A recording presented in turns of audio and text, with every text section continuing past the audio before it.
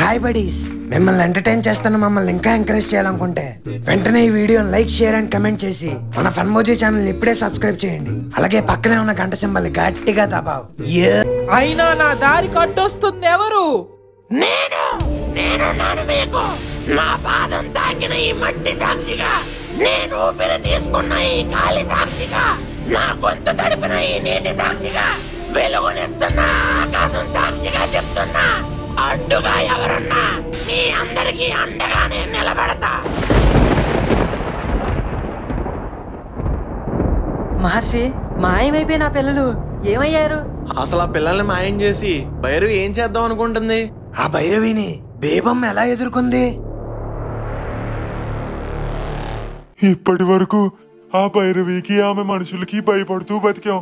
ఏ దేవుడు పంపాడో కాని మా పాలిట వరంలా వచ్చావమ్మా.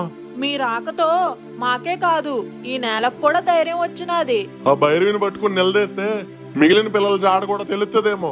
నిలదీస్తే చెప్పడానికి ఆ భైరవి ఏం మామూలు కాదు, మాయల మహమ్మారి. అయితే ఇప్పుడు ఏం చేద్దాం అక్క? ఇంతమంది పిల్లల్ని మాయం చేసిందంటే ఆ భైరవి ఏదో పెద్ద పన్నాగం పనినట్టు నాకు అనిపిస్తుంది. అదేంటో వెంటనే కనిపెట్టాలి, లేకపోతే ఇంకా పెద్ద ప్రమాదం ఎదురయ్యే అవకాశం ఉంది. అవునక్క. పిల్లలు ఎప్పటి నుంచి మాయమవుతున్నారన్నా? సుమారుగా ఒక ఏడాది నుంచి అక్క. అయితే అప్పుడు గాని అంతకు ముందు గాని అనుమానాస్పదంగా మీకు ఏదైనా సంఘటన ఎదురైందా? లేదక్క. బాగా గుర్తు తెచ్చుకోండి.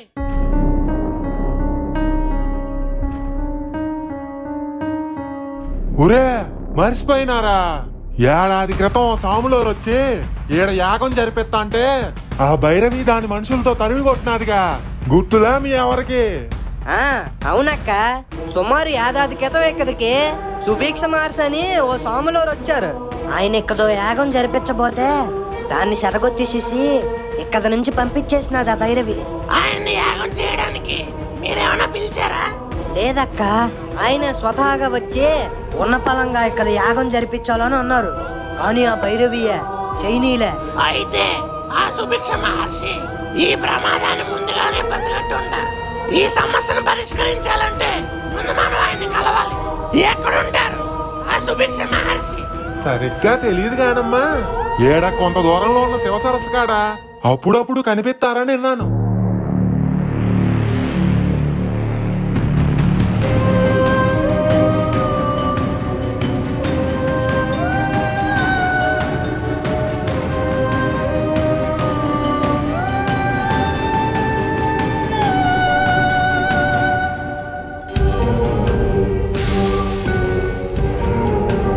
శాంతించండి మహారాణి. ఎలా శాంతించమంటావు కపాలి? చేతి దాకా వచ్చింది, చేజిక్కకుండా చేజారిందే. నేను కన్న కలలన్నీ కుప్పకూలేలా ఉన్నాయే. ఎవరు ఎవరు కురూపిని చెప్పు. నీ ప్రియమైన పుత్రికకు ఆటంకం కలిగిస్తుంది ఎవరు? చెప్పు కురూపిని, చెప్పు.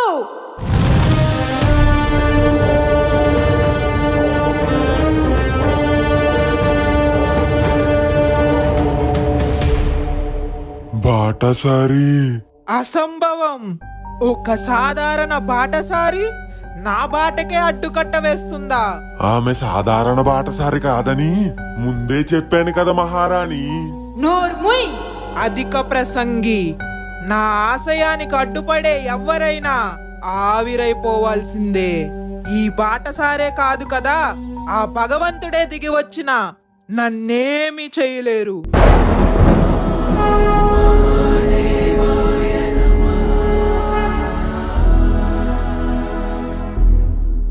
రండి, మీ రాక కోసమే ఎదురు చూస్తున్నాను.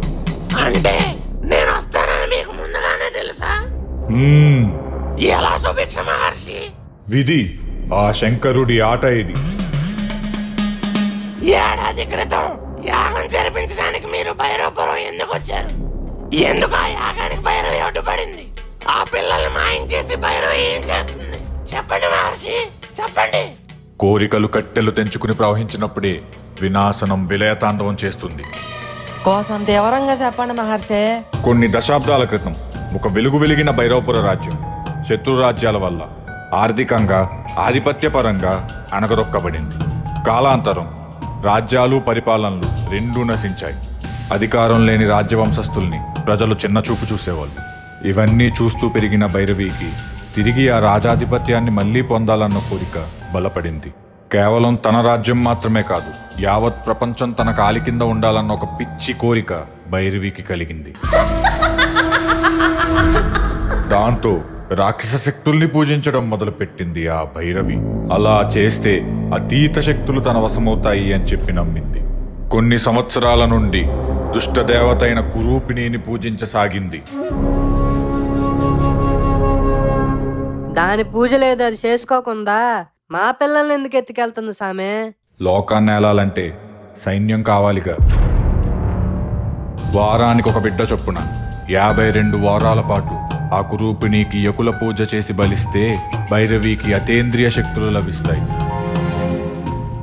అంతేకాదు, ఇప్పటి వరకు మరణించి మట్టిలో కలిసిపోయిన భైరవపుర సైన్యం మొత్తం మళ్లీ లేచి ఆమె కోసం నిలబడుతుంది.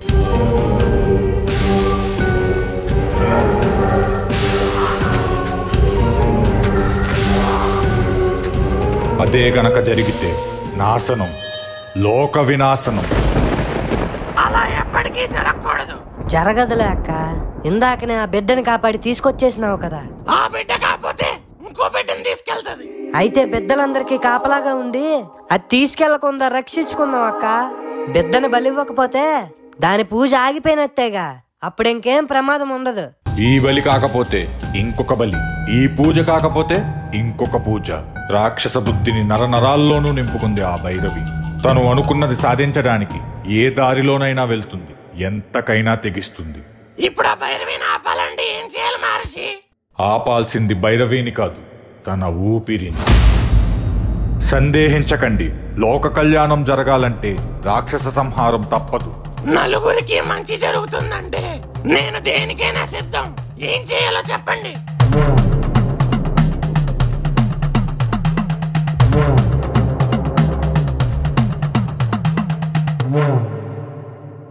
ఇక్కడ నేను ఈశ్వరుడికి తలపెట్టిన యాగం పూర్తవగానే ఒక సంకేతం ఇస్తాను. అప్పుడు ఆలసించకుండా నేను చెప్పినట్టు చెయ్యండి. అలాగే సుభిక్ష మహర్షి. విజయోస్తు. ఆ శంకరుడెప్పుడూ మీకు తోడుంటాడు. పదక్క, ఆ కోతకెళ్ళి దాని అంతు చూద్దాం. వద్దురా, అక్కడ అడుగడుగున ప్రమాదం పొంచి ఉంటది. నువ్వు రావడం అంత మంచిది కాదు. నేను ఒకదాన్ని అక్కడికి వెళ్తాను. ఈలోగా నువ్వు గ్రామానికి చేరుకుని అందరినీ అప్రమత్తంగా ఉండమను. సరే అక్క, నువ్వు వెళ్ళి ఆ భైరవి పనిపత్తు, ఊరంతటిని చూసుకుంటానులే. తమ్ముడు జాగ్రత్తరా. సరే అక్క. కపాలి, గడియలు దగ్గర పడుతున్నాయి. ఈసారి స్వయంగా నువ్వే వెళ్ళి ఒక బిడ్డను తీసుకురా. నీ కడ్డొచ్చిన ఎవ్వరినీ వదిలిపెట్టకు. చిత్తం మహారాణి. వెళ్ళు. రేయ్ బానిస కుక్కల్లారా, మీ అంతటా మీరే నాకు బిడ్డను అప్పగించండి, లేకపోతే ఆ బిడ్డతో పాటే మీ అందరి ప్రాణాలు తీసుకుపోతా. ఏ గుందుగా, నీకెన్ని గుందెలరా? మొన్నదాకా మా బిడ్డలందరినీ పట్టను పెట్టుకొని ఇప్పుడు ఇంకో బిడ్డ కావాలని వస్తావా? బిడ్డ లేదు, గాది గుద్దు లేదు. మర్యాదగా ఇక్కడి నుంచి పో. ఎన్నాళ్ళు కుక్కిన పేనుల్లా బతికారు కదరా, ఆ బాటసారిని చూసుకున్నా ఈ బలుపు. అవునరా, మీ తొక్క తీసేది మా అక్కే. బిడ్డనిచ్చే ప్రసక్తే లేదు. వెళ్ళి మీ భైరవికి చెప్పుకోపో.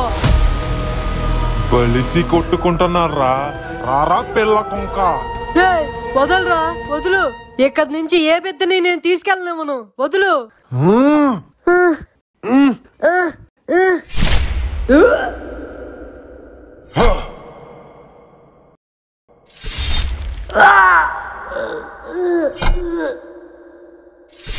చావరా కుక్క.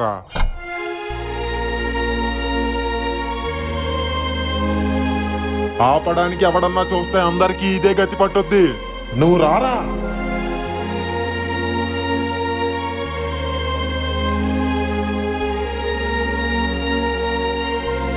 అక్కా,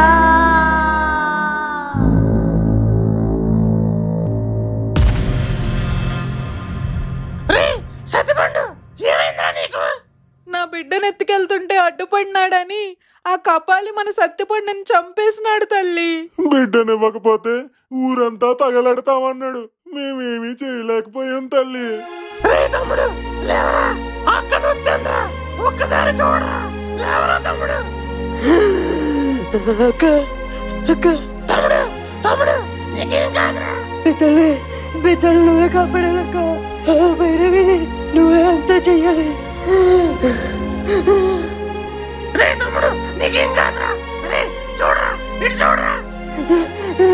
మాటివక్క, ఆ భైరవిని నువ్వే అంతా చేస్తావని మాటివ్వు.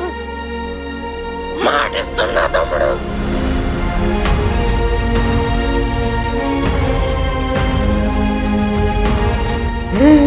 అక్క గుడ్ బై.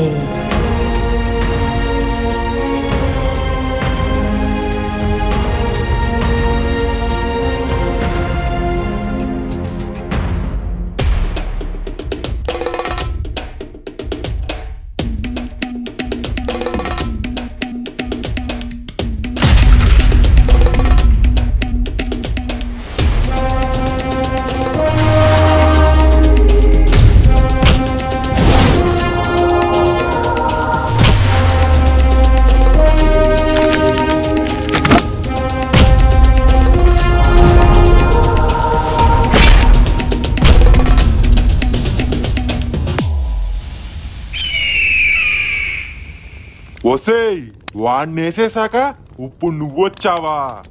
రావే, నిన్ను కూడా వాడి దగ్గరికే పంపిస్తా.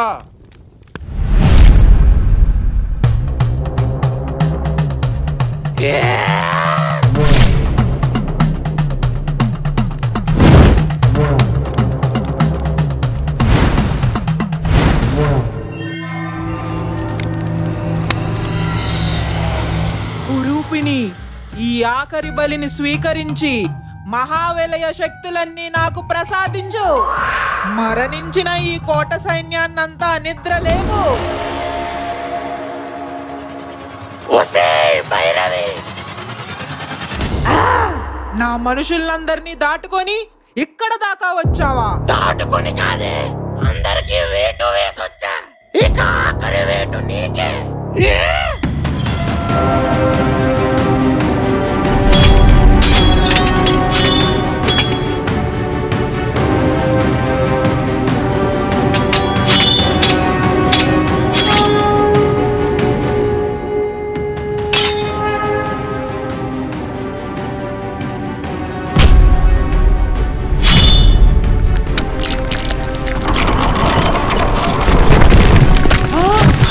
కురూపిని, నా శక్తులు! కురూపిని!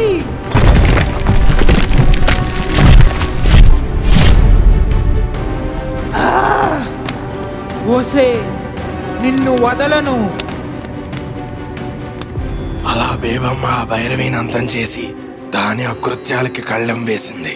భైరవి ఆత్మ బయటికి వస్తే ప్రమాదమని సుభిక్ష మహర్షి ఈ కోట చుట్టూ త్రికోణ రక్ష గీసి ఆ గదిలోనే దాని ఆత్మని బంధించేశారు.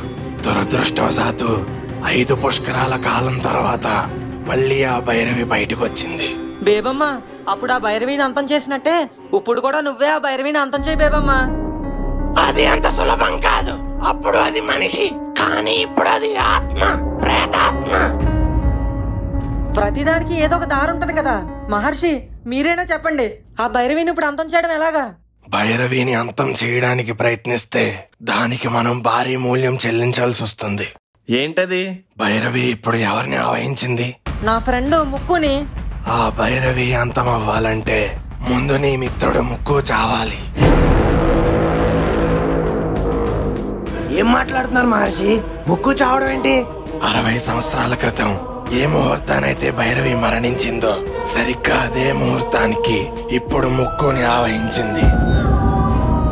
దాంతో ఆ భైరవి ఆత్మ ముక్కు శరీరంతో ముడిపడిపోయింది. భైరవి అంతం, ముక్కు మరణం.